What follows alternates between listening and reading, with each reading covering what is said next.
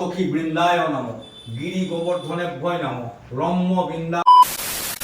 High everyone, this is Tuli. Welcome to my another video. আশা করছি তোমরা ভিডিওর থাম্বনেল আর ইন্ট্রো দেখে বুঝতেই পেরে গেছো। রাস পূর্ণিমায় যে আমাদের বাড়িতে সত্যনারায়ণ পুজো হয়েছিল সেটারই ছোট্ট একটু ভিডিও তোমাদের সঙ্গে শেয়ার করছি। তো পুজোর আগের দিন সকাল সকাল আমি সব পুজোর বাসন করে মেজে রেডি করে নিয়েছি। স্নান করে মা আর আমি না খেয়ে বসে পড়েছি নারকেলের নাড়ু, মুড়কি আর তিলের নাড়ু করতে। নারকেলগুলো আমার ওই বাড়ি থেকেই নিয়ে আসা। আর মামনি না কোনো কিছুই করতে পারে না, মানে কিছুই করতে পারে না, যার জন্যই আমি আর মা দুজন মিলে সবটা করেছি। তো আর সন্ধ্যাবেলায় আমি আর বর চলে এসেছি গ্রসারি শপিং করতে, সাথে দশকর্মার যেগুলো লাগবে ঠাকুরমশাই ফোর্দ দিয়েছিল সেগুলো সব কিছু বাজার করে সব গুছানো কমপ্লিট হয়ে গেছে। আর এবার পরদিন সকাল সকাল স্নান করে ওই 6টার দিকে উঠে আমি এখানে কাজে লেগে পড়েছি। আগের দিন না স্মার্ট পয়েন্ট থেকে এই ফুলগুলো নিয়ে এসেছিলাম, সেগুলোই লাগাচ্ছি। আর তারপরে এখানে আলপনা দেওয়া স্টার্ট করে দিয়েছি।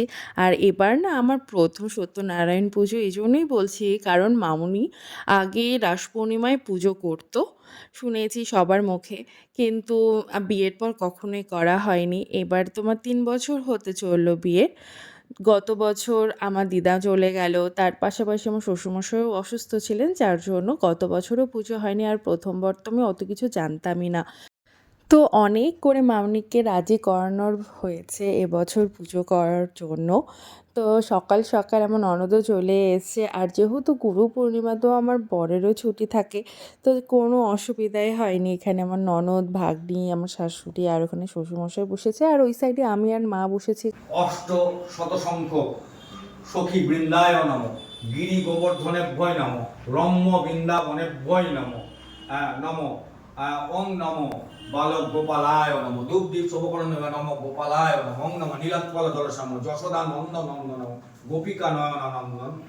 আর এই ক্যান্ডেলগুলো যে জ্বালানো দেখতে পাচ্ছ, কাজু কাটলি, লাড্ডু, সানফ্লাওয়ার, পান, এগুলো সব কিন্তু আমার নিজের হাতে তৈরি করা। নিজে যেহেতু বানাতে পারি, তো আর নিজের বাড়ির পুজোই দেবো না তা কি আর হয়?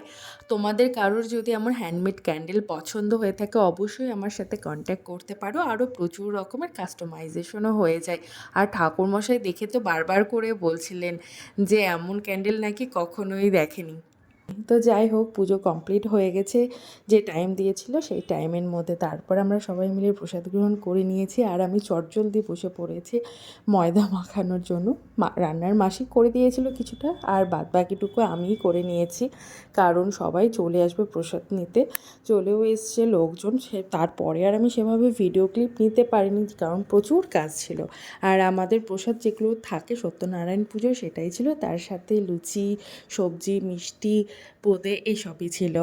খুব সুন্দর মতো পুজো কমপ্লিট হয়েছে, প্রচুর লোকজনও এসেছিলো, তো বেশ ভালো লাগলো। তো চলো আজকের ভিডিও এখানে এন্ড করছি। সবাই ভালো থেকো, সুস্থ থেকো, বাই।